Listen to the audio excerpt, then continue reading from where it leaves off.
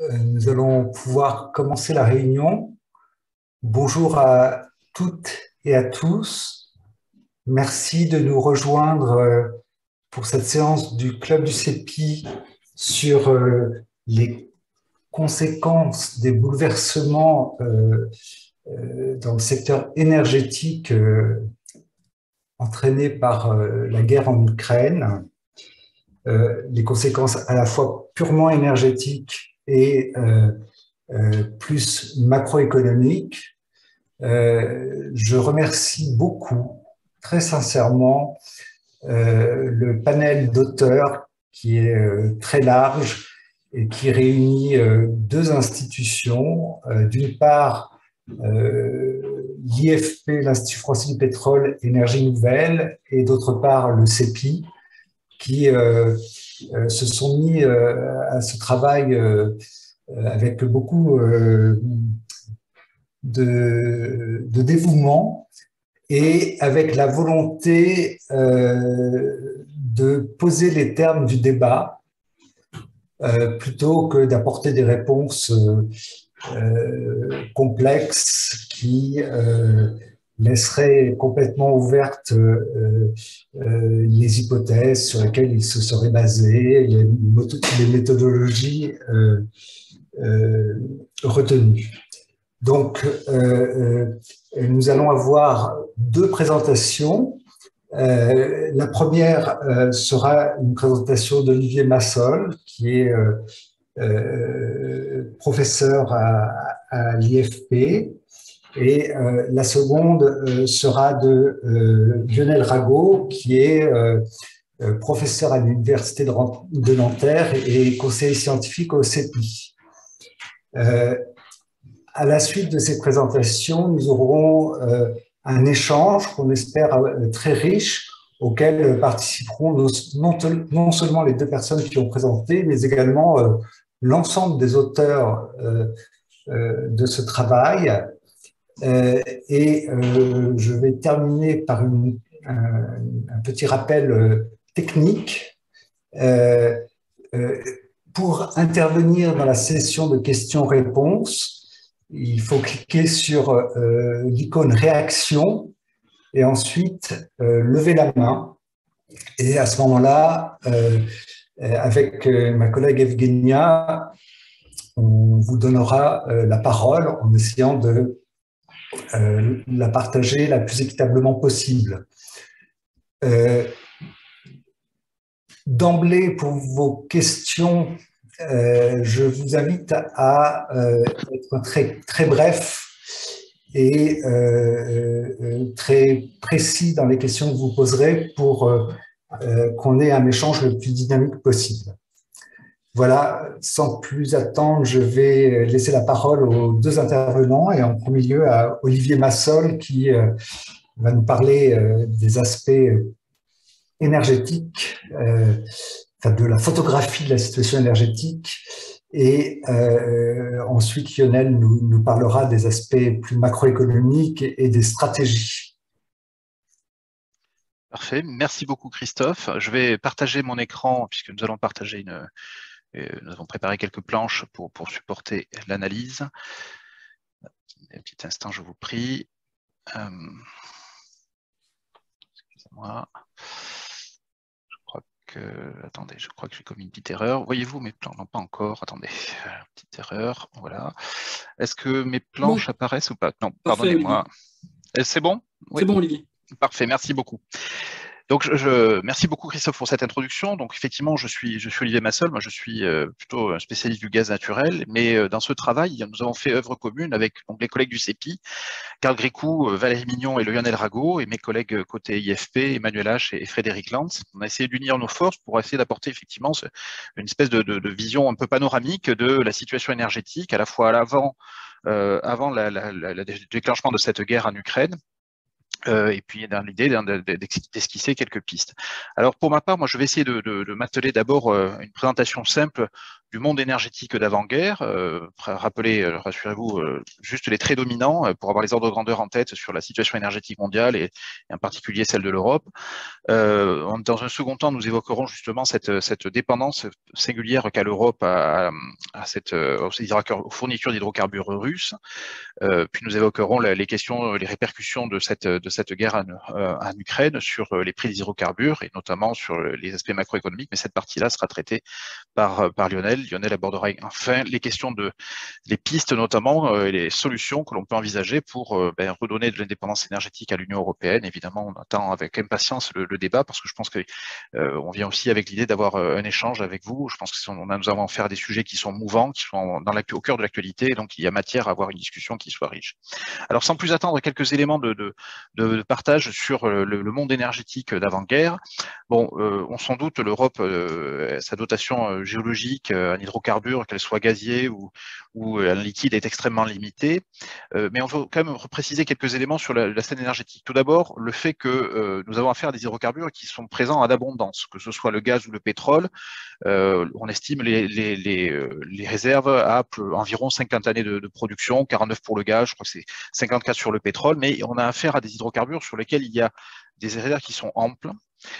Ces réserves ont eu tendance à s'accroître ces dernières années, c'est-à-dire que lorsqu'on regarde les réserves qui étaient disponibles en l'an 2000, on a eu des accroissements de réserves, que ce soit côté pétrolier ou côté gazier. Ça, c'est le premier point. Le second point qui me paraît important de souligner, c'est le fait que, évidemment, dans les deux cas, nous avons affaire à des réserves qui sont éminemment concentrées.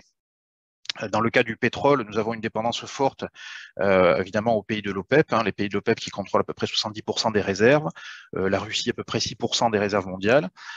Donc des réserves amples mais contrôlées, mais c'est également le cas dans le cas du gaz naturel, puisqu'on a trois pays qui possèdent plus la moitié des réserves mondiales. La Russie à elle seule possède 20% de ses réserves. Le second étant l'Iran, 17%, mais l'Iran n'exporte pas de gaz du fait des sanctions internationales, et le Qatar en possède 13%.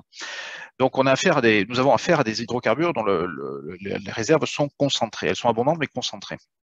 Au niveau des productions, quelques éléments. Là aussi, on a affaire à des hydrocarbures qui sont en croissance, puisque les productions sont en croissance, et notamment beaucoup plus rapidement sur le gaz que sur le pétrole. Le gaz s'est accru de 22% à peu près au cours des 10 dernières années, là où le pétrole n'a cru que de 6%. Donc cette dynamique qui consistait à assurer finalement la transition énergétique, notamment en s'appuyant sur le gaz naturel, qui est beaucoup moins émetteur de dioxyde de carbone par unité énergétique, s'est traduite notamment par des dynamiques contrastées en termes de croissance des hydrocarbures. Lorsqu'on regarde les situations, en termes de production, par contre, on retrouve beaucoup plus les pays de l'OCDE. Les États-Unis à eux seuls produisent le quart de la production mondiale de gaz, devant la Russie, on l'oublie parfois, mais les États-Unis sont le premier producteur mondial, devant la Russie qui ne contrôle que 16%. Alors, voilà pour la situation, je ne veux pas m'appesantir, elle est connue. En revanche, ce qui me paraît plus intéressant, c'est de regarder les situations en matière d'échange. Et là-dessus, nous avons eu un débat extrêmement intéressant pour structurer ça sous l'angle d'une représentation sous forme d'échanges interrégionaux et non pas d'échanges internationaux. La raison qui nous a poussé à choisir cette représentation sous forme d'échanges interrégionaux est la suivante, c'est que lorsqu'on regarde les échanges internationaux, nous avons tendance à compter du coup les échanges entre pays européens, alors qu'on ne compte pas les échanges à l'intérieur des États-Unis, au sein de l'État fédéral américain. Et donc, on a une espèce de représentation un peu biaisée de l'Europe dans la part de ces échanges.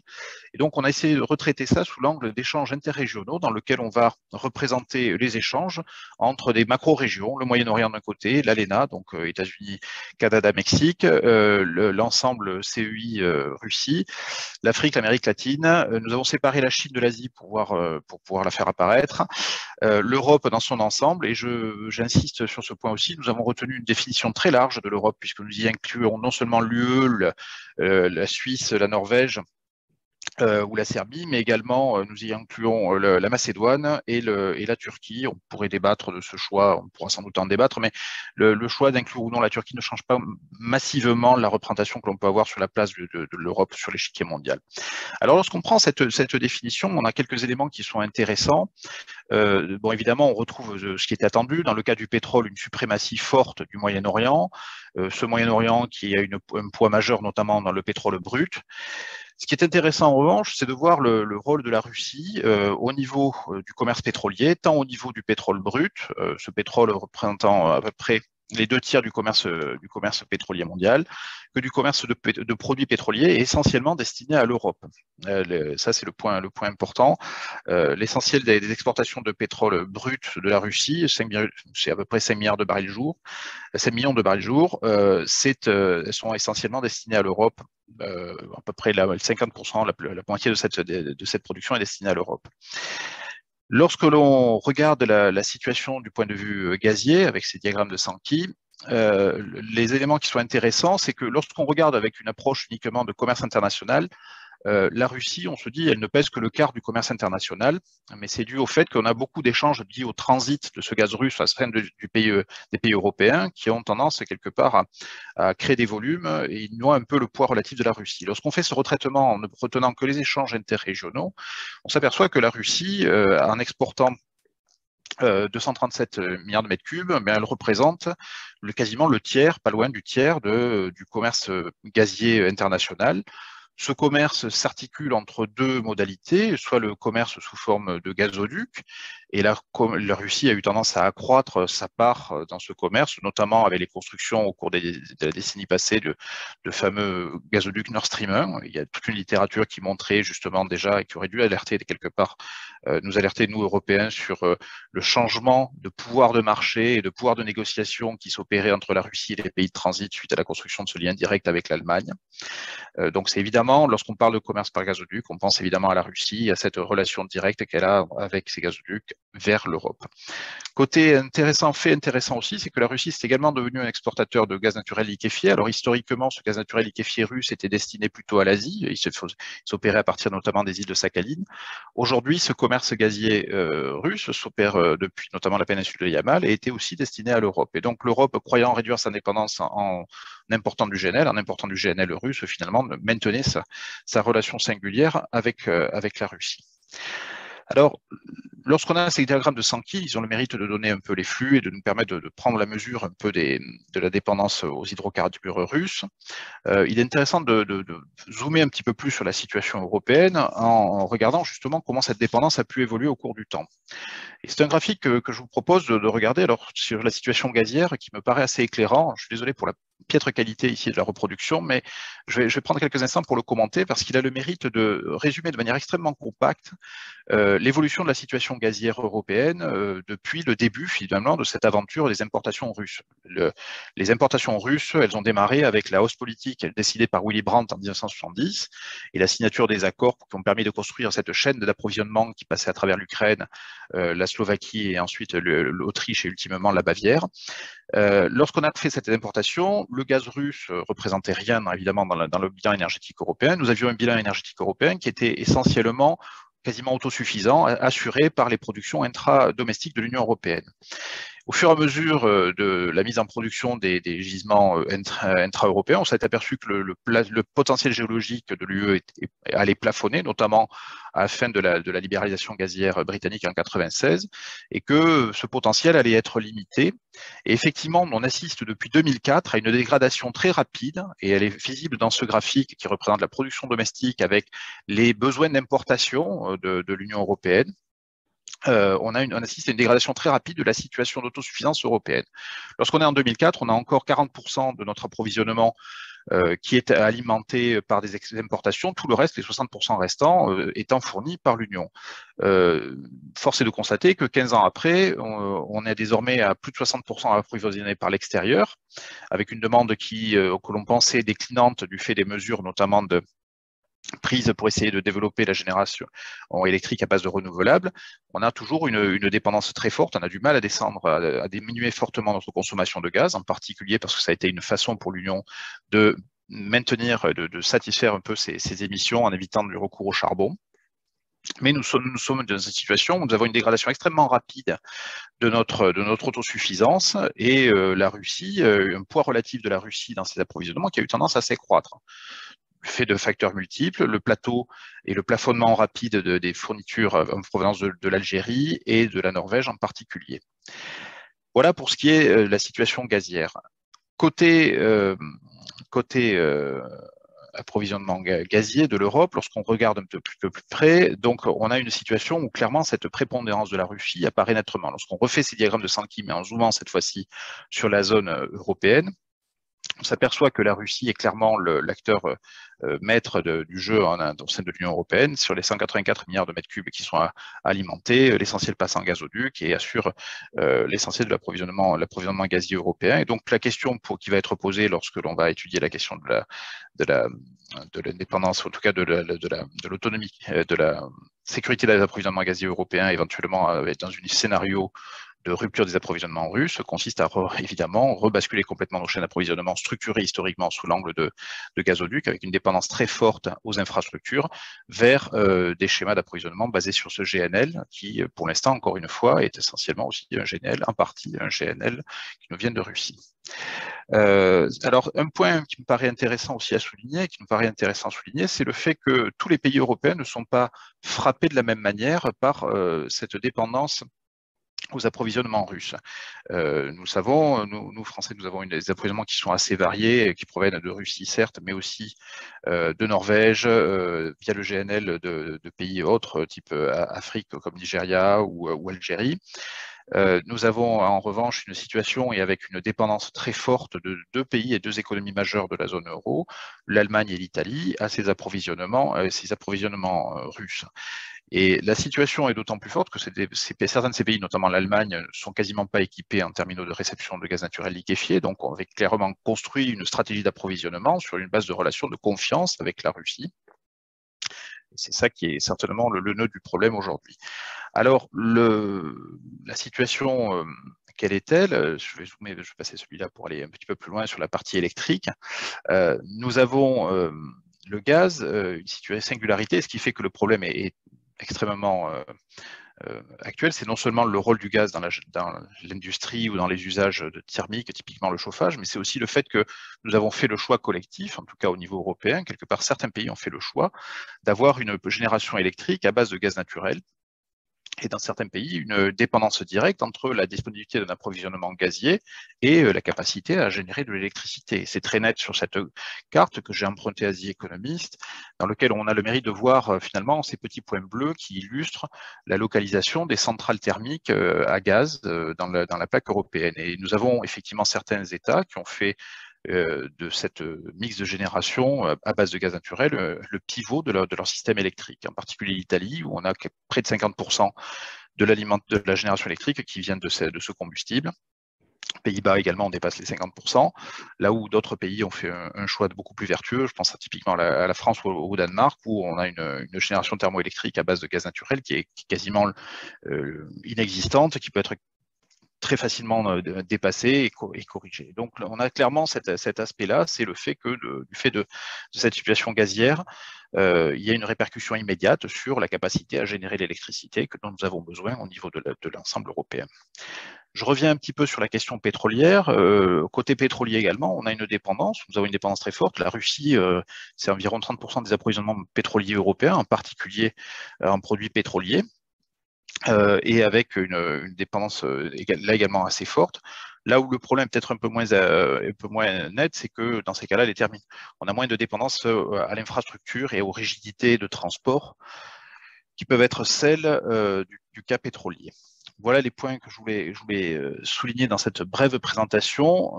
L'essentiel, évidemment, vous l'aurez compris, sera concentré à l'analyse des répercussions. Alors, un mot sur les prix, quand même, malgré tout, dans cette affaire-là. Cette affaire ukrainienne a accueilli l'Europe dans un moment singulier. Un moment singulier parce que nous sortons d'une période où nous avions des prix qui étaient déjà orientés à la hausse, en particulier côté pétrolier avec une sortie de crise Covid et des prix qui ont eu tendance à être sur un trend haussier en sortie de crise du fait d'une demande mondiale soutenue, d'une reprise d'activité économique et puis aussi résultant tout simplement des effets de politique budgétaire et monétaire accommodantes qui ont pu être menés en sortie de crise Covid pour accompagner. Donc nous avions une situation dans laquelle nous avions des tensions sur l'offre de pétrole en partie et des tendances de prix qui étaient à la hausse. On avait cette affaire ukrainienne s'est traduite par des prix qui ont qui ont fortement stimulé. On avait vu des niveaux de prix qu'on n'avait pas vu depuis une dizaine d'années, typiquement un niveau de Brent à 115 $ pendant la moyenne, pendant le mois de mars 2022. Donc on retrouve des éléments qui sont bien connus, de tension offre-demande sur la situation pétrolière. Le cas du gaz naturel est très intéressant parce que dans le cas gazier, si nous avons affaire dans le cas pétrolier, un marché mondial où quelque part le pétrole, alors mes amis spécialistes du monde pétrolier seraient horrifiés d'entendre ça, mais nous avons affaire à une commodité quasi fongible où on peut transporter aisément le pétrole d'un point à un autre du monde.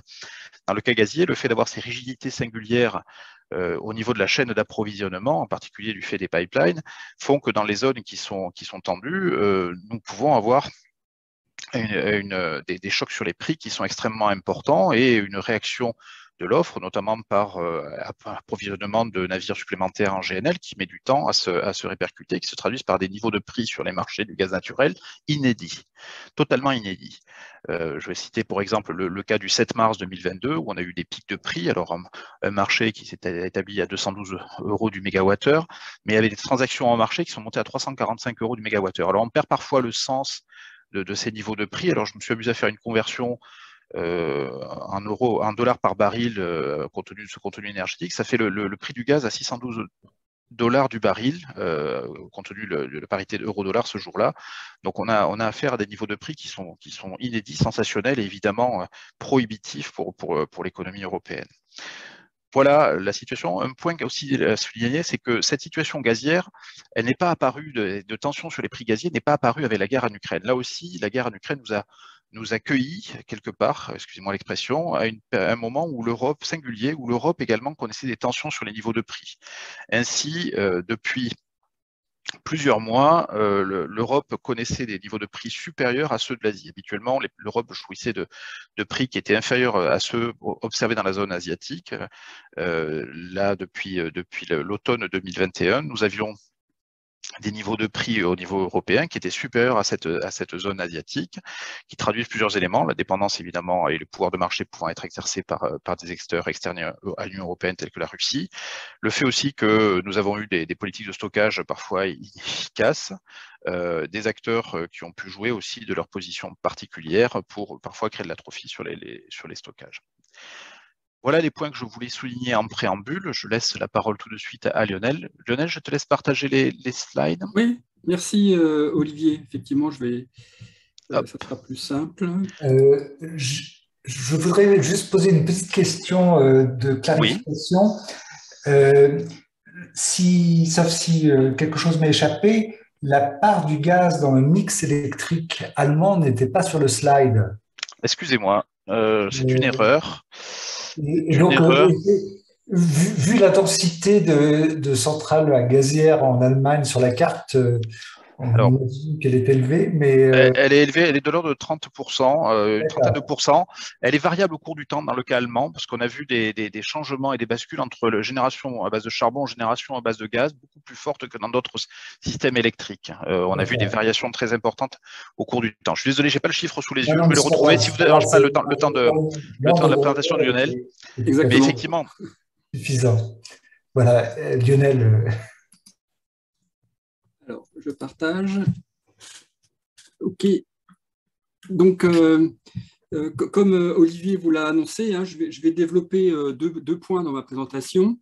Les répercussions macroéconomiques de cette augmentation des prix des hydrocarbures consécutifs à ce conflit en Ukraine. Hein, mais comme Olivier l'a rappelé, il y avait déjà eu une tendance importante à la hausse avant.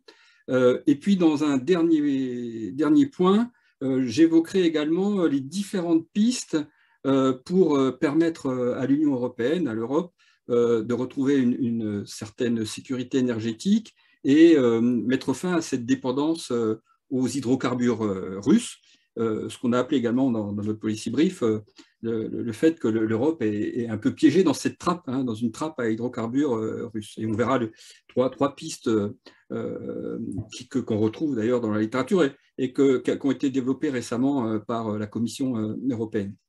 Alors, sur le premier point, bien évidemment, hein, c'est cette augmentation très sensible des prix de l'énergie en Europe s'est traduit par une augmentation du taux d'inflation. mais qui lui aussi, hein, puisque, comme l'a bien rappelé Olivier, ça faisait quelques mois qu'on avait une hausse des prix de l'énergie et sur d'autres biens également, qui sont liés à la fin de la pandémie, hein, et à la reprise du commerce international, mais pas dans les mêmes conditions et avec des difficultés d'approvisionnement, donc du côté de l'offre, qui ont fait qu'on a vu une remontée de l'inflation, pas seulement en Europe, hein, mais y compris aux États-Unis, avant la guerre menée par la Russie en Ukraine, mais qui s'accélère, hein, très clairement depuis, sous l'effet de cette augmentation des prix des hydrocarbures, mais aussi, pas seulement, sous l'effet de la hausse des prix de produits alimentaires tels que les céréales, le tournesol, qui sont fournis principalement par l'Ukraine et la Russie, mais aussi sur des métaux, etc. Alors moi, je vais quand même me concentrer un petit peu sur la hausse des prix de l'énergie, hein, à travers ce petit graphique, mais on aurait pu dupliquer en disant, mais il n'y a pas que la hausse des prix de l'énergie, il y a aussi la hausse des prix alimentaires et autres, et qui entraînent un peu les mêmes mécanismes, hein. Alors néanmoins, vous voyez bien que cette hausse des prix de l'énergie va avoir, c'est ce qu'on appelle l'effet direct ici, un effet direct sur le taux d'inflation, hein, qui est la hausse de l'indice des prix à la consommation, puisque dans le panier des consommateurs, il y a l'énergie, hein. Donc on a un effet direct qui passe par la hausse du prix de l'énergie consommée par les ménages, donc une augmentation de la hausse des prix à la consommation. Mais il y a également des effets qu'on appelle généralement de second tour, parce que cette énergie, c'est aussi un facteur de production pour les entreprises, et donc ça accroît le coût de production des firmes, et donc elle le répercute sur leur prix de vente, et cette hausse des prix de vente entraîne une hausse des prix à la consommation. Mais ça ne passe pas par les entreprises, ça passe aussi par les ménages, parce que suite à cette hausse des prix à la consommation, les ménages voient leur pouvoir d'achat diminuer et donc vont avoir des revendications salariales, hein, et on voit bien, hein, c'est tout le débat de cette campagne des législatives, on voit bien que la défense du pouvoir d'achat des ménages est au cœur, hein, en réaction à cette augmentation très très sensible de l'inflation. Et effectivement, ça peut passer ça va passer, hein, par des hausses de salaire. Et vous voyez que finalement, là, c'est un petit peu l'effet de ces flèches croisées, se met en place ce que les économistes ont l'habitude d'appeler une boucle prix-salaire-prix, hein, c'est-à-dire les prix augmentent, ça entraîne une baisse de pouvoir d'achat des ménages qui demandent des salaires plus élevés, et les salaires augmentent, mais ça accroît le coût des productions des firmes, et donc vous avez un espèce de cercle vicieux, une boucle prix-salaire-prix qui s'auto-entretient, hein, et qui peut faire que même si on retrouvait des prix d'énergie à des niveaux plus faibles, on pourrait continuer à avoir une inflation relativement élevée dans le futur. Et alors, tous ces effets-là ont pour effet d'entraîner une baisse de la consommation des ménages, hein, suite à cette baisse du pouvoir d'achat. Si elle n'est pas intégralement compensée, elle ne sera jamais totalement compensée par les augmentations de salaire. Une baisse de l'investissement, puisque pareil, les entreprises ne peuvent pas répercuter l'intégralité de la hausse des coûts de production, et donc généralement leur marge en partie va diminuer, ce qui leur laisse moins de possibilités d'investissement. Et une baisse de l'emploi, alors pour ces raisons-là, mais aussi parce que ça entraîne aussi des restructurations sectorielles, hein, à moyen long terme, en défaveur des secteurs qui utilisent beaucoup d'énergie. Et vous voyez bien que tous ces éléments, hein, baisse de la consommation, baisse de l'investissement, baisse de l'emploi, ça entraîne des effets négatifs sur la croissance, très clairement. Et donc, vous voyez, c'est le titre du graphique, hein, c'est la crainte d'un retour de la stagflation, hein. Donc la stagflation qui a plombé, hein, les économies européennes et des économies occidentales, plus généralement dans les années 70-80, le terme venant de la concomitance d'une inflation relativement élevée avec une stagnation d'activité économique. Alors que dans les années 50-60, on avait un arbitrage entre les deux systématiquement, hein. C'était le fameux fine-tuning keynésien, hein, où on veut relancer l'activité économique, donc, mais ça va se traduire à terme par l'augmentation de l'inflation, hein. Donc on choisissait, quoi. Est-ce qu'on veut plus de croissance et moins d'inflation, ou un peu plus d'inflation, un peu moins de croissance? Et bien là, on risque de retrouver ce qui a caractérisé les économies de la fin des années 70, des années 80. C'est à la fois une inflation élevée et une faiblesse de l'activité économique, une certaine stagnation. Et ce qui se passe également, hein, c'est la dernière flèche que vous avez ici en bas, c'est que ça a aussi des répercussions sur le taux de change de l'euro. Pourquoi? Donc, il y a plusieurs mécanismes qui font que l'euro se trouve un peu déstabilisé sur le marché des changes, en particulier par rapport au dollar, pour deux raisons. La première, c'est dans cette période d'incertitude. Alors déjà, l'Union européenne est aux portes du conflit, et il peut y avoir des incertitudes sur comment va évoluer ce conflit. Donc, devant ce climat d'incertitude, les marchés financiers sont extrêmement volatiles, et en particulier celui du marché des changes. Donc, effectivement, l'euro s'est déprécié sensiblement par rapport au dollar. Il avait atteint son plus bas niveau face au billet vert le 8 mars 2022.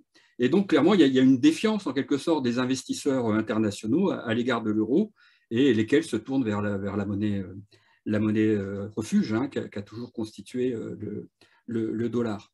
Le deuxième facteur qui explique aussi cette dépréciation de l'euro par rapport au dollar, il est lié aux sanctions économiques européennes. Donc, je crois que l'investisseur intègre bien que si on va au bout des sanctions, et en particulier un embargo sur le pétrole ou sur le gaz, ça aura un coût pour l'économie européenne, donc en sa défaveur, coût que n'auront pas forcément les États-Unis. On pourrait dire, mais les États-Unis, ils ont fait un embargo tout de suite sur les hydrocarbures russes, comme le Royaume-Uni, sauf qu'ils ne sont pas du tout dans la même situation, parce qu'ils ne sont pas dépendants des hydrocarbures russes, les États-Unis, et que c'est le premier, comme l'a rappelé Olivier, le premier producteur de pétrole. Donc, au contraire, il peut en tirer un avantage. Alors, pour l'instant, ils connaissent une inflation forte également, mais ils n'auront pas forcément les mêmes répercussions économiques. Donc, ces deux mécanismes font qu'il y a une dépréciation de l'euro, et cette dépréciation de l'euro, elle alimente cette boucle. Elle alimente cette boucle parce que comme une grande partie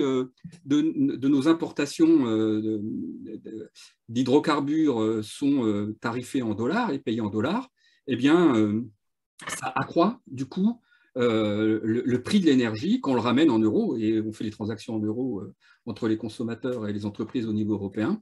Donc, on a une augmentation encore plus sensible qui vient de cette dépréciation de l'euro. Et donc, on a la boucle prix-salaire-prix, mais on a une espèce de boucle qui se met aussi en place sur prix de l'énergie et dépréciation de l'euro qui s'auto-alimente et qui peut poursuivre. Donc là, il y a une véritable crainte. Alors, d'autant plus qu'il y a une relative incertitude sur les marges de manœuvre des pouvoirs publics pour enrayer cette crainte d'une stagflation. Pourquoi ? Parce qu'on pense naturellement à l'augmentation des taux directeurs de la Banque centrale européenne. Alors, ce n'est pas évident pour deux raisons. La première, il faut quand même bien avoir en tête que ce n'est pas un problème de demande ici. Cette inflation, elle ne vient pas d'un excès de la demande. Elle vient très clairement c'est en raison de la hausse des coûts de production des firmes. Et donc, ce n'est pas forcément le meilleur outil pour contrer ce processus d'inflation que de jouer sur la demande. Ça y participera, mais ce n'est pas le moteur principal de cette inflation. Et donc, je pense qu'au contraire, les pistes qu'on évoquera par la suite sont peut-être plus efficaces pour faire baisser l'inflation que la hausse du taux d'intérêt. Et deuxième élément, ce n'est pas aussi évident que ça d'augmenter sensiblement les taux d'intérêt aujourd'hui, surtout si dans une période de stagnation, parce que ça va encore réduire ça va augmenter le coût à l'investissement, donc réduire les investissements des firmes, donc contribuer encore à dégrader la situation économique. Et il ne faut pas oublier quand même qu'après cette sortie de la pandémie, on a un niveau de dette publique et de dette privée relativement élevé. Et donc, ça posera le problème de la soutenabilité, si on augmente sensiblement les taux d'intérêt, la soutenabilité des dettes publiques donc, en Europe et des dettes privées. Alors, après avoir rappelé un petit peu la grande crainte qu'on peut avoir au niveau macroéconomique de cette hausse très sensible des prix de l'énergie, mais j'insiste bien, qui se cumule avec la hausse des prix des biens alimentaires, des métaux, un certain nombre de ressources essentielles. Je voudrais prendre encore une petite dizaine de minutes pour évoquer les pistes qu'on détaille dans le policy brief, et pour redonner une certaine indépendance énergétique à l'Union européenne. Et on a développé trois pistes. Alors la première est un peu technique. En réalité, elle ne vise pas vraiment à retrouver une indépendance. Elle permet d'essayer d'étendre un peu les tensions sur le marché du gaz, et donc elle participe à faire en sorte que le prix du gaz diminue. donc par quelques nouvelles réglementations et par une politique de la concurrence sur le marché du gaz. Donc, j'évoquerai assez brièvement, c'est assez technique, et ça peut être un peu marginal par rapport aux deux autres éléments. Les deux autres éléments, c'est pour retrouver une indépendance par rapport à cette trappe à hydrocarbures russe, c'est tout simplement de réorienter géographiquement les approvisionnements de l'Union européenne, de l'Europe plus généralement. Donc, ce n'est pas impossible, je vais le développer, comme l'a rappelé Olivier, il y a des réserves, il y a des capacités de production, mais ce n'est pas forcément aussi simple que ça. Et puis, ce n'est pas forcément souhaitable de substituer intégralement par un autre approvisionnement géographique, parce que, alors je le dis bien, j'insiste lourdement, malheureusement, ce conflit peut apparaître aussi comme une opportunité pour accélérer la transition énergétique, même si cette transition risque d'être contrariée à très court terme. Donc, je vais prendre quelques minutes pour développer ces trois pistes. Donc, la première, assez technique, sur le marché du gaz, il serait possible à court terme d'assurer une concurrence un peu plus effective sur le marché gazier. Et là, Olivier, tu n'hésiteras pas, tu connais beaucoup mieux que moi, par un suivi plus spécifique des filiales des producteurs extra-européens pour s'assurer que les droits de stockage, de transport, de regazéification détenus par ces filiales au sein de l'Union européenne ne puissent pas faire l'objet d'un emploi stratégique visant à aggraver les tensions sur les marchés gaziers. Et d'ailleurs, je ne sais pas si vous avez fait attention, mais l'imprudence des Allemands est allée assez loin, puisque une partie de ils ont délégué une partie de leur stockage à Gazprom. Et ils se sont rendus compte que Gazprom avait fait peu d'efforts. Donc on voit bien qu'il peut y avoir effectivement de la part de ces filiales, de producteurs extra-européens, des comportements stratégiques. Alors là, on l'a bien compris pourquoi, mais il peut y avoir des comportements stratégiques purement économiques. Deuxième élément, toujours par rapport à ça, à court terme, là, c'est des modalités administratives qui ont trait à la commercialisation des droits d'accès aux infrastructures et les mesures de ce que les énergéticiens appellent le use it or lose it, qui vise à réallouer les capacités qui sont non utilisées. Donc là aussi, il y aurait des améliorations à faire qui permettraient d'augmenter un petit peu la fluidité sur ce marché du gaz. Et puis, troisième point, c'est une intensification de la concurrence dans des arbitrages spatiaux qui sont réalisés au sein de l'UE. Alors, il y a des écarts de prix qui peuvent venir des infrastructures. Ce n'est pas le même prix quand le pétrole vient par les gazoducs russes ou quand il vient via les méthaniers sous forme liquéfiée. Mais on voit bien qu'il y a quand même des différences qui relèvent de pouvoir de marché. Et donc, par une politique de la concurrence un peu plus stricte sur ce marché, on pourrait détendre le prix du gaz. Et puis, on évoque toujours dans ces spécificités propres au marché du gaz, à moyen terme, Olivier l'a rappelé, la hausse des prix du gaz avant le conflit en Ukraine venait aussi en partie d'un niveau de stockage qui pouvait être considéré comme relativement faible par rapport à ce qu'il était habituellement. Donc, effectivement, si on pouvait avoir une réglementation au niveau européen, il n'y a pas de réglementation européenne au niveau du stockage. Donc, il y a des pays qui appliquent une réglementation de stockage. En France, il y a du stockage. Donc là, ce qui est évoqué, c'est la mise en place d'une réglementation européenne en matière de stockage de gaz. Mais alors, c'est pas simple parce que tous les pays n'ont pas les mêmes capacités de stockage au même coût. Donc, c'est quelque chose d'assez complexe qui doit bien se faire au niveau européen et éviter un peu des stratégies de passagers clandestins. Alors, ça devrait se faire progressivement, mais je ne développe pas plus. Alors, je viens sur les deux autres pistes qui sont plus essentielles. Donc, la deuxième piste, c'est celle qui se met en place, qui s'est mise en place dès les jours qui ont suivi le conflit. C'est engager rapidement un processus concerté. Alors ça, c'est quelque chose qui nous paraît essentiel. Il ne faut pas que les différents pays européens aillent essayer de faire leur marché les uns passant après les autres, mais bien que ça soit géré autant que possible au niveau européen, au niveau de la Commission, d'une réorientation, une relocalisation géographique des approvisionnements. Alors, pour le pétrole, comme Olivier l'a rappelé, hein, il y a des potentiels hein, en termes de réserve, mais surtout en termes de production, en particulier au niveau du Moyen-Orient. Hein, mais, alors, c'est pas simple, je veux dire peut-être un mot par rapport à ça, parce qu'il est clair, là on a quand même 3 mois de recul hein, par rapport au début du conflit, il est clair que les pays occidentaux sont tout de suite tournés, pas seulement l'Europe, hein, mais les États-Unis, le Royaume-Uni, sont tournés vers l'Arabie saoudite hein, pour essayer de convaincre ce pays, mais plus généralement l'OPEP, à accroître sa production pour répondre à cette demande de l'Europe de substitution à ses importations de pétrole russe. Or, ce qui s'est passé, c'est que, il ne faut pas oublier qu'il y a l'OPEP+, hein, et ce qui finalement guide, c'est plus tellement l'OPEP, mais l'OPEP+. Donc l'OPEP+, c'est plus la Russie. Et la remontée des prix du pétrole avant la crise en Ukraine venait aussi d'un accord hein, entre la Russie et l'OPEP de limitation de l'offre pour faire remonter les prix.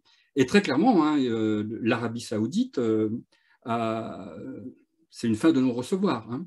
Alors, elle ne se désolidarise pas, alors on ne parle pas du conflit, hein, mais elle ne remet pas en cause la stratégie qui avait été adoptée avant le conflit avec la Russie. Il s'était fixé une augmentation, alors je passe sur le contrôle d'Olivier, d'Emmanuel, je crois que c'était 500 millions de barils, hein, c'est ça l'augmentation annuelle potentielle. Mais ils sont même en dessous, hein. Donc ils sont même en dessous de ce qu'ils avaient annoncé comme hausse de la production avant le conflit. Alors ce qu'il faut bien voir, c'est que la Russie avait peut-être envoyé un signal. Hein. Si vous avez suivi un peu l'actualité, quelques semaines après le conflit, la Russie a signé des contrats de fourniture de pétrole avec des compagnies indiennes. Donc c'était 5 millions de barils. Donc, pour l'équivalent de 5 millions de barils, ce n'est pas énorme, mais c'est quand même 5 millions de barils, mais surtout à un prix défiant toute concurrence, hein, puisqu'ils l'ont proposé à 25 $, alors que sur le marché spot, si vous vous rappelez du graphique d'Olivier, il était à cette époque-là à plus de 90 $. Hein, donc avec une baisse très sensible. Et je pense que là, il y avait un double message qui est envoyé par la Russie. Par rapport aux sanctions européennes, bah, ça vous fera plus mal à vous qu'à nous, parce que nous, on trouvera toujours des pays qui ne rentrent pas dans vos sanctions et qui nous achèteront notre pétrole, même si on le vend à un prix plus faible, on gagnera moins d'argent, mais on pourra le faire.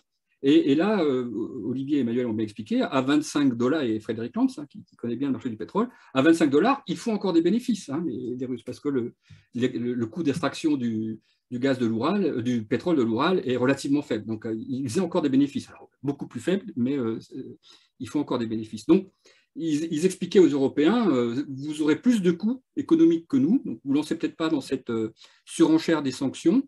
Et puis, c'était peut-être aussi un message vis-à-vis des partenaires de l'OPEP en leur disant, si vous vous substituez à nous pour approvisionner les Européens, ben on cassera les prix, hein, puisqu'on est prêt à le vendre à 25 $ le baril, hein, et on ne fait pas de perte.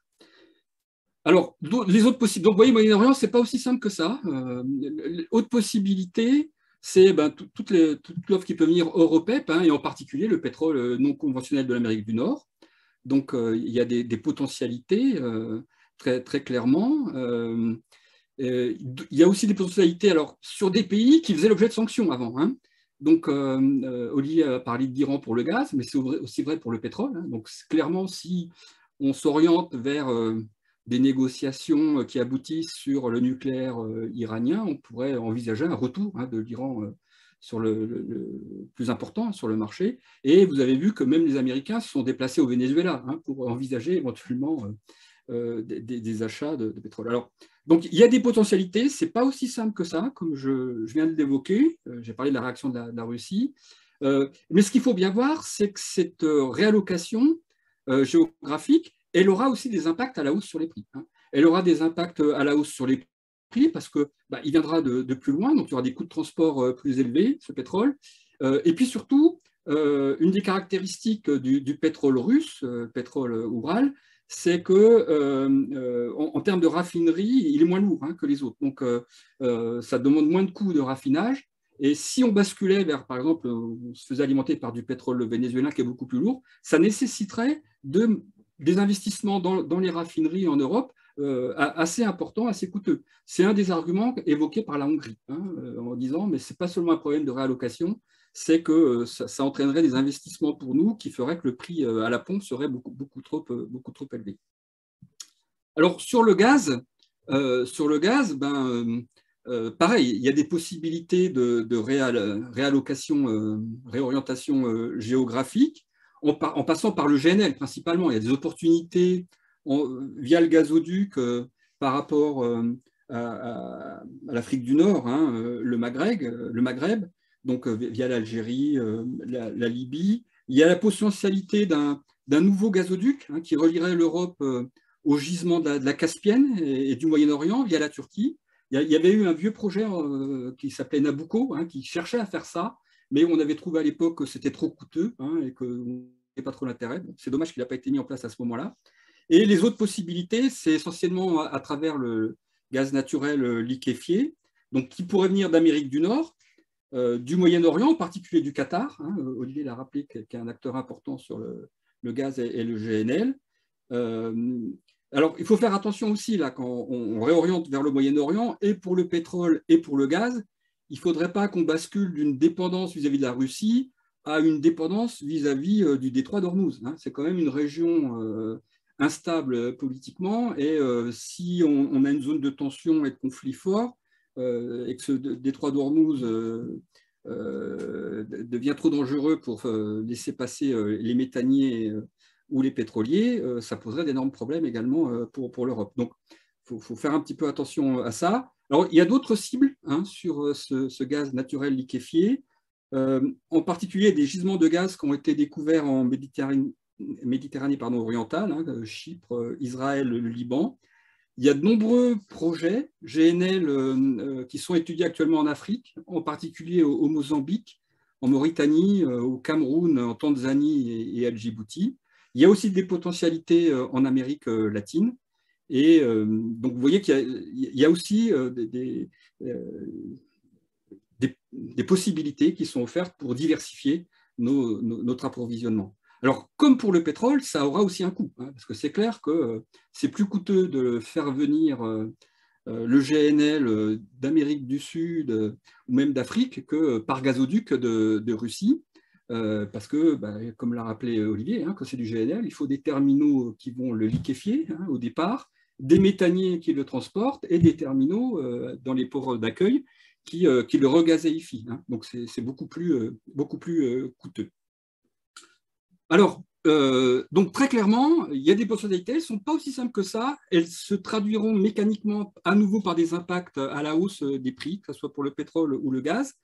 Et dans le programme de l'Union européenne, justement pour sortir de cette dépendance russe, qui s'appelle Repower EU, qui a été discuté au sommet de Versailles, début mars, et qui a fixé les objectifs et qui, la semaine dernière, mercredi, la Commission a développé un peu les moyens pour atteindre ces objectifs. Eh bien, parmi ces moyens, il y a un axe important justement sur cette diversification des sources d'approvisionnement, en particulier en gaz. Et effectivement, à la fin mars, la Commission européenne a signé un contrat, donc la Commission européenne, pas des pays membres, mais la Commission européenne elle-même a signé un contrat avec les États-Unis pour livrer 15 milliards de mètres cubes de gaz naturel liquéfié supplémentaires par rapport à ce qui était prévu dès cette année, ce qui est quand même une hausse de 70% par rapport à l'approvisionnement actuel, et avec des engagements jusqu'à 50 milliards chaque année d'ici 2030.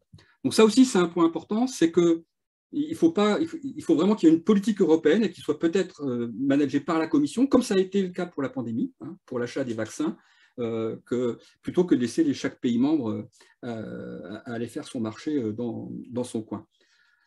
Alors, autre piste, c'est ne pas chercher à substituer intégralement ces approvisionnements russes et du coup baisser notre consommation d'hydrocarbures, donc les énergies carbonées. Alors, ça, il ne faut pas oublier que ce Repower EU, cette réaction, elle s'inscrit par rapport à une trajectoire qui a déjà été définie en termes de transition énergétique. Donc, je vous rappelle que le pacte vert européen, c'est 2050, neutralité carbone. avec un chemin transitoire, c'était l'ajustement vers les 55%, hein, Fit for 55, où on s'engage à une réduction des gaz à effet de serre d'environ 55% d'ici 2030. Et alors, avec ce conflit en Ukraine, eh bien, est apparu ce Repower EU qui fixe des objectifs encore plus stricts. Des objectifs plus stricts, puisque c'est l'arrêt d'importation d'hydrocarbures russes à l'horizon 2030, mais d'ici la fin de l'année 2022, hein, d'ici à la fin de cette année, donc dans 6 mois, c'est une réduction de 2 tiers des importations de gaz russe, ce qui est phénoménal. Hein. Ça veut dire qu'il faut arrêter tout contrat, donc ça c'est déjà le cas, mais qu'il faut en remettre même en cause un certain nombre. Donc, vous voyez un petit peu donc c'est pour ça que ça nous fait dire que c'est un moyen effectivement d'accélérer cette transition énergétique. Mais néanmoins, à très court terme, là, c'est le premier point ici, à très court terme, ça risque de dégrader cette trajectoire. Pourquoi? Pour diverses raisons, hein, j'en citerai 2. C'est que, pris à la gorge, un certain nombre de pays, en particulier de l'Europe de l'Est ou d'Europe centrale, face à cette crainte d'un embargo sur le gaz russe, ont décidé de prolonger la durée de vie de leurs centrales au charbon. Hein. C'est le cas de la Pologne. L'Allemagne, hein, avait indiqué qu'elle se gardait la possibilité de retarder l'arrêt de ses centrales au charbon. Et c'est même la Roumanie qui a relancé des centrales au charbon. Donc, premier élément. Deuxième élément, c'est également, vous voyez, la substitution du gaz par gazoduc russe par du pétrole, enfin du gaz liquéfié, pardon. Là aussi, ça va être générateur d'un accroissement des émissions de gaz à effet de serre, hein, puisque liquéfié, transporté par méthanier et regazéifié, c'est très énergivore et ça va accroître les émissions de gaz à effet de serre. Alors, donc, à très court terme, on risque peut-être d'avoir un effet inverse à ce qui est recherché, l'accélération de la transition énergétique, mais je vais bien dire très court terme, à court et moyen long terme, au contraire, malheureusement, je l'ai déjà dit tout à l'heure, mais je le répète, quelque part, il y a une certaine opportunité de ce conflit pour aller plus vite et plus fort dans cette transition énergétique. Et je voudrais juste dire un mot, et j'aurai terminé. Pourquoi c'est une opportunité? Pour 2 raisons. La première, c'est que j'ai beaucoup travaillé sur ce thème-là, hein, des politiques environnementales. C'était un peu le rocher de Sisyphe. Hein. On avait l'impression de convaincre les autorités publiques et à chaque fois, face à la pression de l'opinion, ils revenaient en arrière. Hein. On voit bien vu sur la taxe carbone, au moment des Gilets jaunes, c'est la difficulté d'accroître le coût des énergies carbonées, hein, pour inciter les ménages à substituer ou à réduire cette consommation. Là, de fait, on a une augmentation sensible des prix à la pompe qui entraîne un comportement différent des ménages et sans réaction hostile, parce que là, on ne peut pas voilà, vous pouvez aller manifester devant l'ambassade russe, ça ne va pas avoir beaucoup d'effet, hein, contrairement aux Gilets jaunes qui ont manifesté sur les Champs-Élysées. Alors, donc, il y a cet effet-là. Hein, donc le renchérissement conséquent des hydrocarbures va faciliter un certain nombre de changements de comportement, mais il ne faut pas oublier quand même que ce n'est pas le même mécanisme que si c'était passé par la taxe carbone.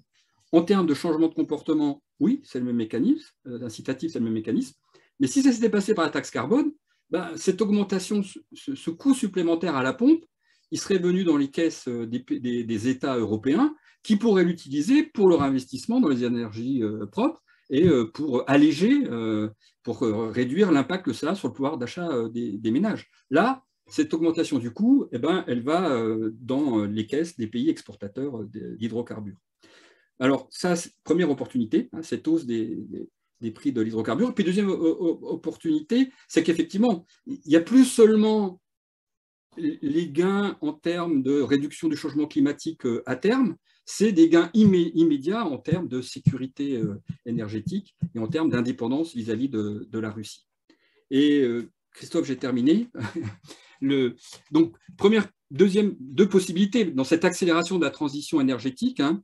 Le premier point, et qui a été rappelé par Ursula von der Leyen mercredi dernier, hein, c'est que, là je la cite, hein, le plus simple, le plus rapide, le plus efficace et le plus abordable, ce sont les économies d'énergie, c'est la sobriété. Et donc, dans le plan Repower EU de la semaine dernière, l'objectif d'efficacité énergétique est passé de 9% en 2030 à 13%. Donc, baisser la demande, et donc ça nous permettra de consommer moins d'hydrocarbures russes, et puis substituer ces énergies fossiles par des énergies renouvelables, très clairement. Donc, transition vers les énergies bas carbone. Et là aussi, Repower EU a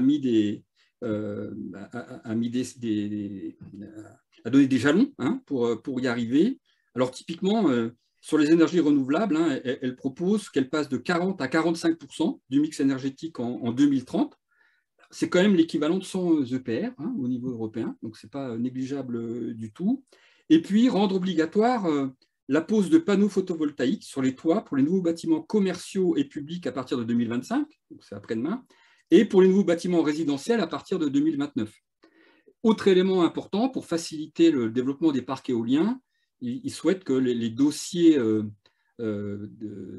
d'installation de ces parcs éoliens, il faut entre le moment où on décide du projet et le moment où l'éolienne tourne, il faut entre 6 et 9 ans en moyenne.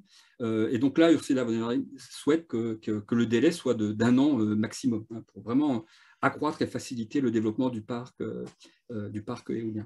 Alors tout ça, c'est un financement. Donc ils annoncent 210 milliards d'euros d'ici à 2027 et 95% de ces 210 milliards serviront à financer et à accélérer la transition énergétique proche.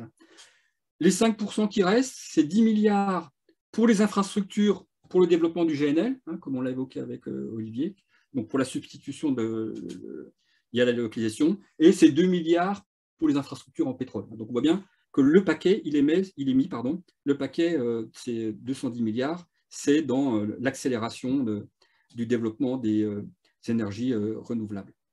Voilà, j'en ai terminé. Merci beaucoup Lionel. Merci également à Olivier. Donc, je vous rappelle que vous pouvez poser des questions en levant la main. Excusez-moi, c'est un peu scolaire, en appuyant sur l'icône réaction.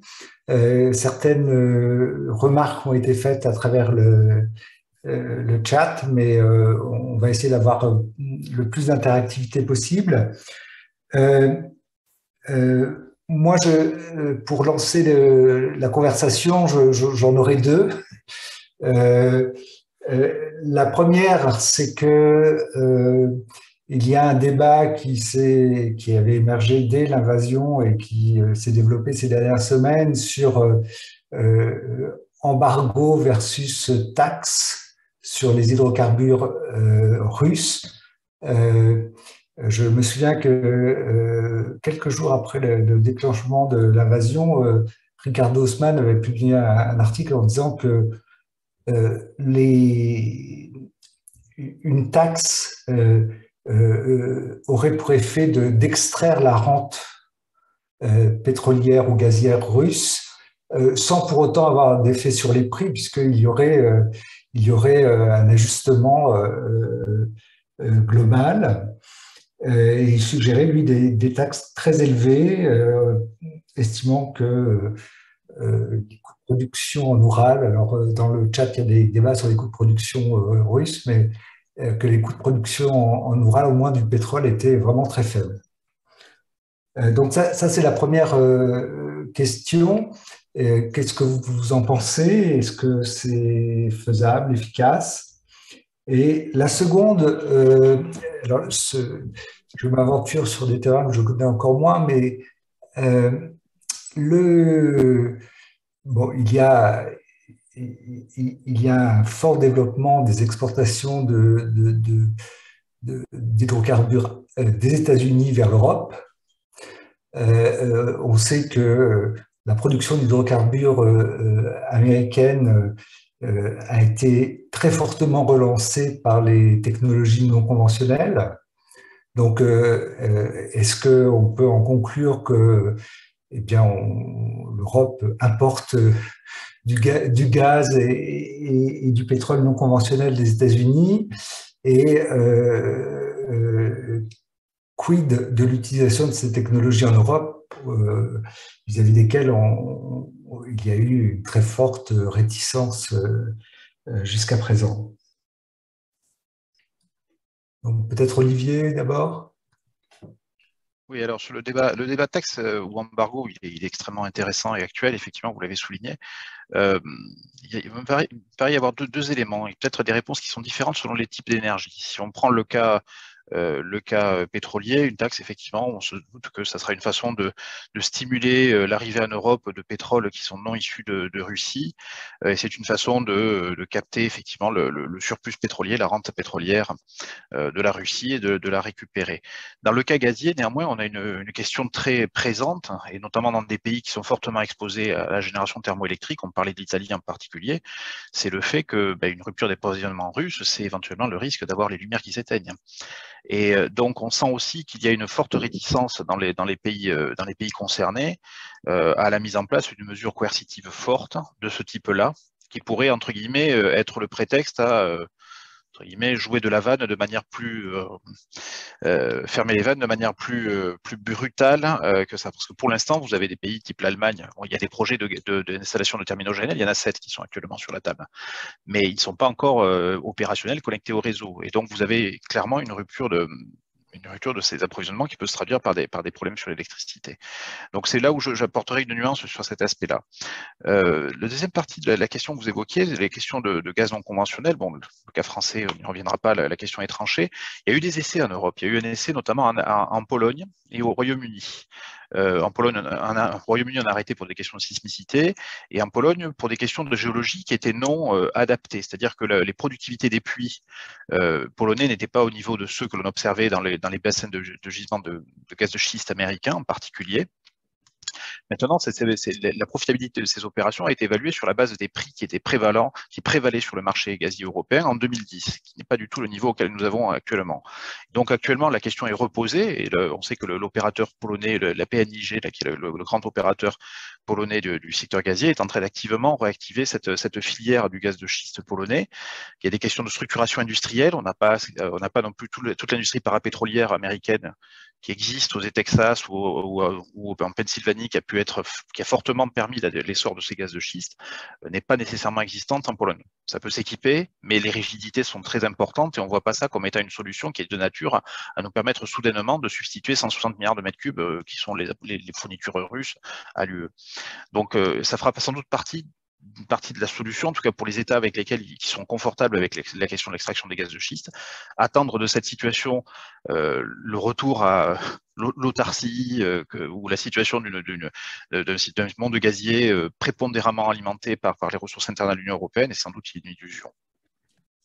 Christophe, si tu me permets, il y a un point par rapport à ce qu'a développé Olivier. C'est vrai qu'on raisonne on raisonne dans le cas où l'Union européenne est en train de définir son calendrier des engagements, des approvisionnements dans les hydrocarbures venant de la Russie. Alors, avec toutes les difficultés, puisque avec le 6e paquet de sanctions qui aurait dû être mis en œuvre il y a déjà 2 semaines, est toujours en discussion avec un veto de la Hongrie, puisque ce 6e paquet de sanctions parle de l'embargo sur le pétrole russe.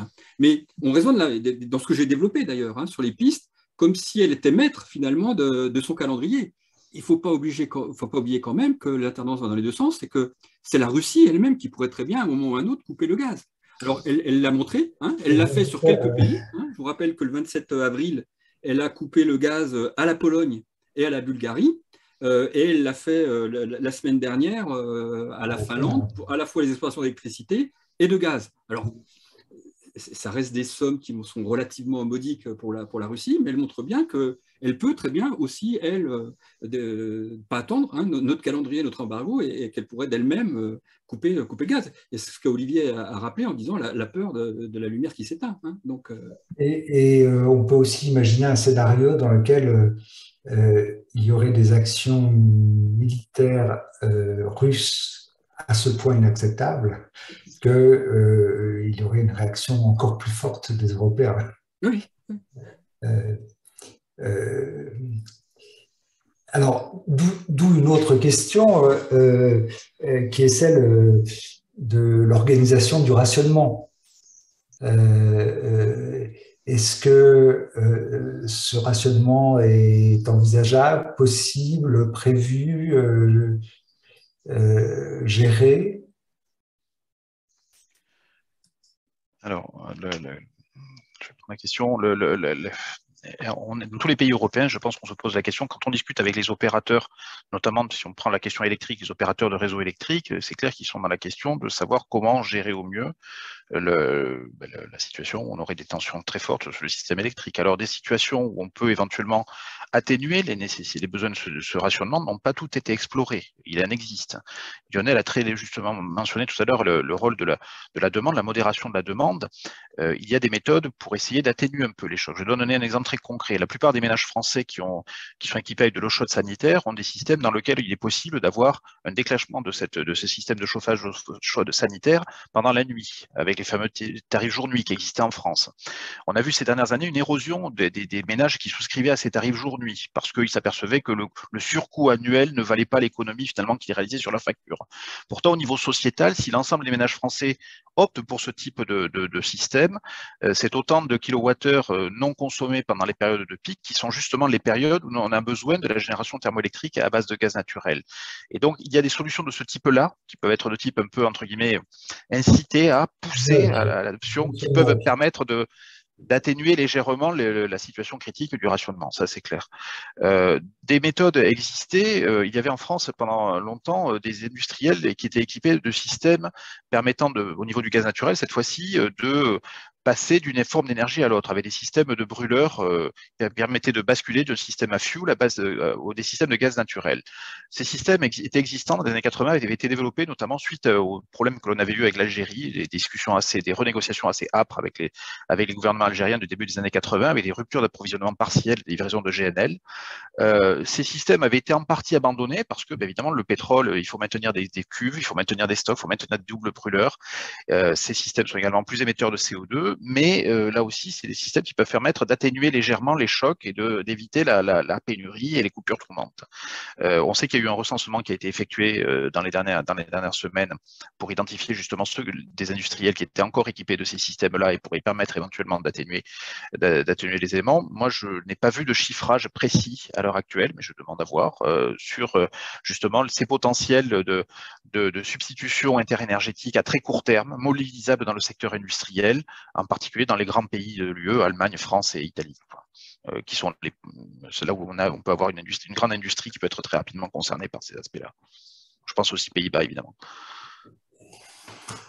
Alors, je n'ai pas donné la parole aux autres auteurs du Policy Brief. Est-ce qu'ils souhaitent s'exprimer également? Non? Bon, mon appel aux questions n'a pas un grand succès, donc on va peut-être arrêter la séance. Christophe, oui. Il y avait quelques questions via le chat, peut-être. Alors, via le chat, c'est plutôt des remarques que des questions. Il y avait une question sur la durée des contrats de gaz, Olivier. Ah oui, effectivement, je ne l'avais pas vu. Effectivement, donc ça, c'est des questions qui sont intéressantes. Alors, ces contrats gaziers russes, bon, la première génération, évidemment, a été expirée. Ils ont été, pour beaucoup, renégociés dans les années 2005 à 2010, entre 2005 et 2010, avec des durées variables. On sait que certains contrats allemands, à cette époque-là, ont été renégociés sur des durées de 30 ans et donc seront toujours en vigueur en 2035, à l'horizon 2035, alors sauf rupture concertée entre les deux et accord mutuel entre les deux parties. Mais on sait qu'il y en a une partie qui a été renégociée sur des horizons très longs. La majorité était renégociée sur des horizons à 20 ans. Et donc, on peut espérer qu'à 2025, entre guillemets, une grande partie de ces contrats seront expirés et en capacité d'être renégociés. Donc, elle a un enjeu très fort, justement, de substitution et éventuellement d'interventionnisme, entre guillemets, le retour du régalien, qu'évoquait Lionel, sur orienter les approvisionnements de l'UE vers des zones et une politique de laisser-faire, ça se traduirait par le fait que ce gaz russe pourrait être remplacé par du gaz américain ou du gaz qatari. En gros, les zones où il y a à la fois de la ressource pétro-gazière disponible et puis des capitaux pour développer les usines de liquéfaction. Et donc, si on veut vraiment diversifier nos approvisionnements, et à supposer que l'on souhaite des approvisionnements gaziers, c'est une autre question, la question peut être posée aussi de savoir aussi apporter le ciment qui peut permettre de cimenter ces projets qui sont peut-être un petit peu plus difficiles à financer, mais qui sont générateurs de diversification pour l'Union. On n'a pas beaucoup parlé de nucléaire, donc c'est pas une solution à court terme. Même si on voit que c'est même une solution à plus long terme que prévu pour certaines technologies. Est-ce que vous avez un avis sur le potentiel de substitution que pourraient représenter de nouvelles générations de centrales nucléaires? Alors, la France semble s'accrocher aux EPR, mais il y a peut-être d'autres technologies disponibles aussi. Alors, Olivier ou Emmanuel, peut-être, hein, les spécialistes de l'énergie. Alors, le nucléaire est évidemment fait partie des solutions et quand on voit rétrospectivement les choix qui ont été faits, notamment par nos voisins allemands, la sortie conjointe du charbon du charbon et du nucléaire, qui les a précipités dans une dépendance accrue à la Russie, on comprend tout l'intérêt d'avoir eu une politique d'indépendance mûrie avec des choix technologiques forts au cours du temps. Mais vous l'avez très bien souligné, le problème que nous avons dans cette affaire-là, c'est une affaire nous courons après le temps. Nous avons un temps qui est très limité et des échéances qui s'imposent à nous et qui sont assez immédiates. Et dans cette affaire-là, si on est dans une optique de substitution rapide des 160 milliards de mètres cubes livrés par la Russie à l'Union européenne, il nous faut une solution à court terme. Et le nucléaire, malgré tous ces atouts et qui sont réels et importants et indispensables dans une décarbonation profonde du mix énergétique, il n'y a pas de débat là-dessus. Et à ce niveau-là, nous coinçons un petit peu. Voilà. Alors, il y a peut-être un point aussi, parce que souvent, quand on parle du nucléaire, la réaction de certaines personnes, c'est de dire, mais est-ce qu'il n'y a pas aussi une forme de dépendance d'uranium? Et alors là, c'est pareil, je vais laisser nos collègues de l'IFP qui connaissent mieux, mais il y a un risque plus faible quand même de dépendance sur… Oui. Moi, j'ai été frappé. J'étais à Berlin il y a 2 semaines. J'ai discuté avec mes collègues qui sont des spécialistes de prospective énergétique au DIW à Berlin. Et j'ai été très étonné de voir justement je pensais justement que leur position de défiance à l'égard du nucléaire aurait bougé du fait de ces phénomènes-là. Et au contraire, je vois une volonté très forte d'amplifier les renouvelables en se disant, tiens, les renouvelables, les coûts de mise en œuvre et les déploiements à court terme sont relativement faibles et donc ils voient plutôt une option sous la forme de l'accélération du renouvelable, en tout cas dans ce contexte singulier qui est de dépendance de la crise ukrainienne et de la solution à la crise énergétique issue de cette guerre en Ukraine. Alors, je crois qu'il y a une question, oui. Eric Heyer a demandé la parole Oui, bonjour, merci. En fait, j'ai 2 petites questions, elles ne sont pas fondamentales, mais puisqu'il n'y a pas trop de prise de parole. La première, c'est pour Lionel qui a dit que la stratégie, quoi qu'il arrive, allait faire augmenter les prix. La question, mais je ne sais pas si on est capable d'y répondre, mais c'est par rapport à quel prix, disons.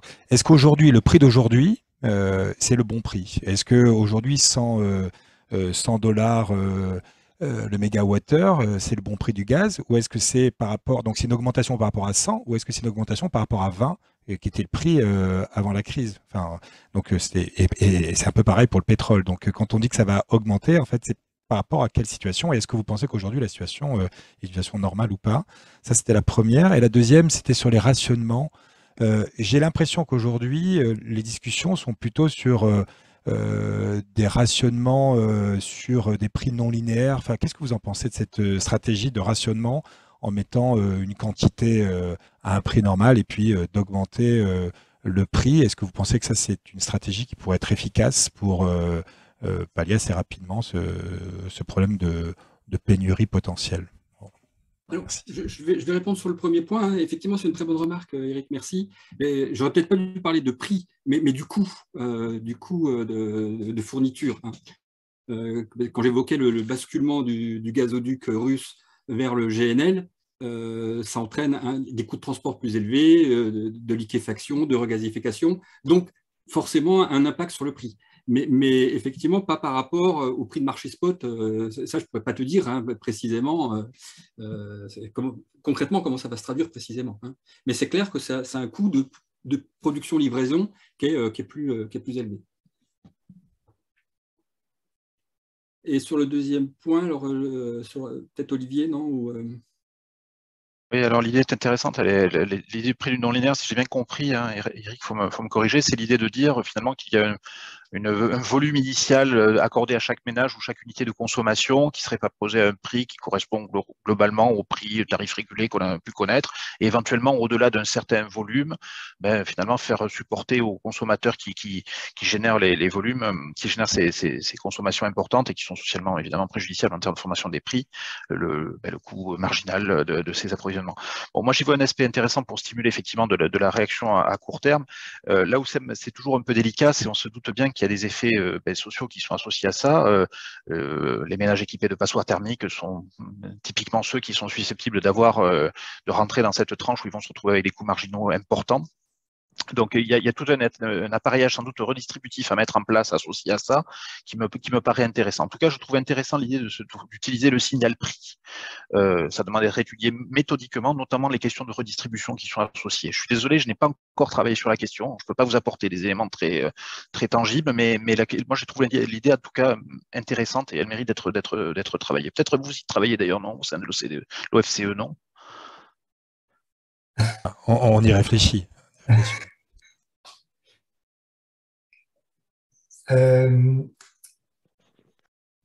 J'aurais une question prospective, peut-être pour Emmanuel H. On a vu que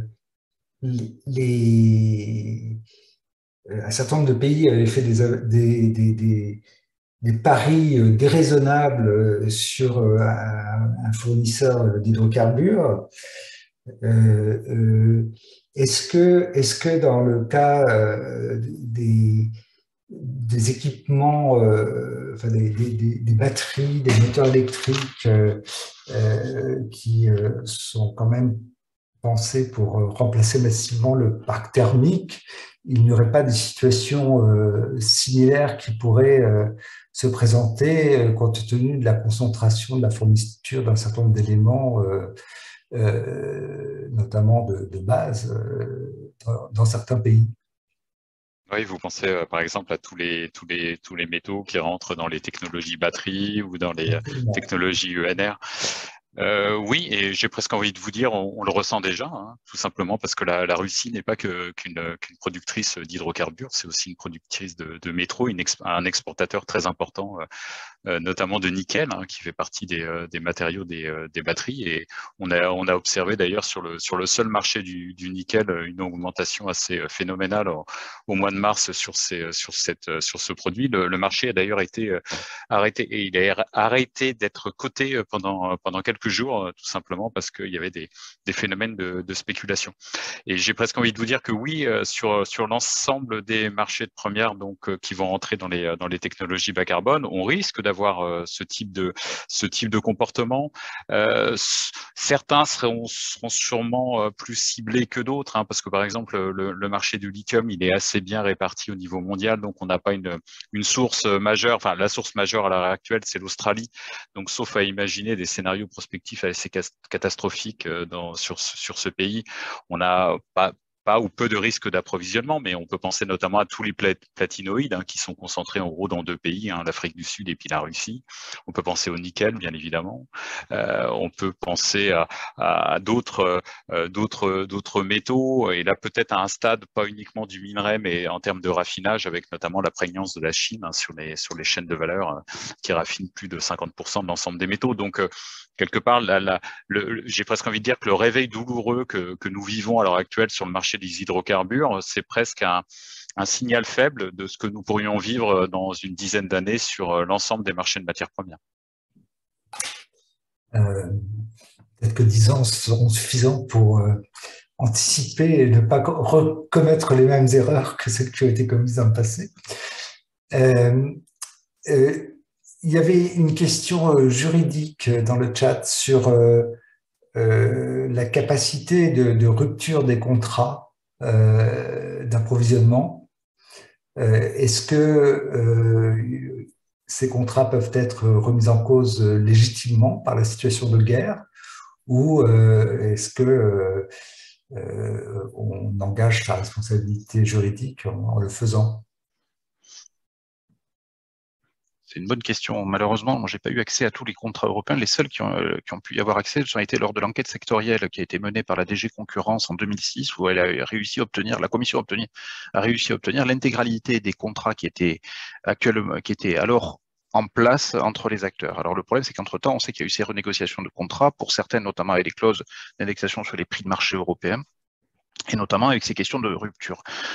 Si on s'en réfère aux informations qui étaient disponibles sur 2005-2006, et encore une fois, je n'ai pas l'information détaillée sur l'ensemble, non, les forces majeures sont les seules forces, les cas de guerre ou dans lesquels vous avez les parties qui sont soit producteurs, soit acheteurs, qui sont des belligérants et participants, ou éventuellement attentats, rupture des infrastructures, des systèmes d'infrastructures à travers les pays de transit. Mais l'argument je ne pense pas que sur la base stricte des contrats, l'interprétation permette d'avoir une rupture décidée au niveau de l'UE. Voilà. Christophe, sur ce point. Ouais. Oui, Christophe, sur ce. Vas-y, Emmanuel, tu voulais peut-être. Vas-y. Je voulais rajouter que sur ce point, il y a certaines personnes ont regardé de manière très précise des contrats, notamment lorsque la Russie a demandé le paiement en roubles des approvisionnements en hydrocarbures. Et il n'y avait pas matière, si j'ai bien compris, à rompre le contrat. Oui, mais n'empêche que c'est l'argument qu'a utilisé la Russie pour couper le gaz à la Finlande, en parlant d'impayés, parce que la Finlande a refusé de... Alors c'est plus compliqué que ça, puisque tu payes en euros, tu as un compte en euros à la banque Gazprom, et qui transforme en un compte rouble après. Donc, mais c'est quand même l'argument qui a été évoqué. Donc j'ai l'impression, Christophe, que les Russes ont moins de scrupules juridiques pour couper... ils n'ont effectivement pas la réputation d'avoir la même tradition juridique que l'Europe occidentale. Très bien, écoutez, merci. Si je peux me permettre, Christophe, il y avait une question qui était intéressante sur tout en haut sur le contrat entre la Russie et l'Inde, où il y a une personne qui questionnait justement le prix de $25. Alors, certes, on peut questionner le prix de $25, mais ce qu'il faut voir, c'est que ce contrat entre la Russie et l'Inde, elle est symptomatique de quelque chose d'assez intéressant. Premièrement, ce contrat, c'est 5 millions de barils, donc c'est très très faible. C'est ce que logiquement la Russie exporte tous les jours. Et au mois de mars, la Russie a exporté 360 000 barils en Inde à 2 compagnies publiques. Et ce qu'il faut voir, c'est que c'est un signal faible de la réorientation des exportations russes vers l'Est qu'on observe déjà actuellement. Donc, je pense que la Russie, elle est tout à fait capable de brader son pétrole dans un premier temps à des grands pays importateurs, et ce sont les futurs géants importateurs, ce le sont déjà d'ailleurs, l'Inde et la Chine, parce que à l'heure actuelle, les réexportations russes de pétrole à destination de l'Asie commence à se voir dans les statistiques. Donc, c'est tout à fait viable que la Russie brade son pétrole dans un premier temps pour s'assurer des parts de marché en Asie dans un deuxième temps. Excusez-moi de ce complément. Et pardon de ne pas avoir relevé cette question. Donc, merci infiniment à tous. Merci pour votre réactivité dans une bonne temporalité, c'est-à-dire pas dans l'émotion de l'événement, mais très rapidement pour éclairer d'une manière précise les enjeux et notamment les enjeux des choix de politique publique qui devront être faits. Nous allons poursuivre ce débat sous un angle plus technique dans un mois à peu près, par une réunion un peu brainstorming sur les hypothèses et les modèles qui ont été utilisés pour les prévisions de croissance en cas d'embargo. Il y a un débat intéressant et complexe et même peut-être un peu chaud sur le sujet, donc on essaiera de le clarifier. Et puis, nous avons une autre séance qui n'est pas dénuée de tout lien avec les sujets dont on a discuté aujourd'hui, à la fin du mois de juin ou au début du mois de juillet sur les mécanismes carbone aux frontières de l'Union européenne. Donc nous sommes très, très orientés sur les questions énergétiques et climatiques et en même temps macroéconomiques, puisque toutes ces questions ont des conséquences sur l'ensemble des économies. Je ne vais pas vous quitter sans vous rappeler que le Club du CEPI n'est pas exactement le CEPI, c'est une association loi 1901 et qui ne vit que des contributions des adhérents. Et donc, pour celles et ceux qui représentent des institutions, des entreprises susceptibles d'adhérer, vous êtes bienvenus à le faire, même si cette réunion était ouverte à tous et à toutes. Merci infiniment au rédacteur du Policy Brief, aux deux intervenants et aux participants à cette réunion.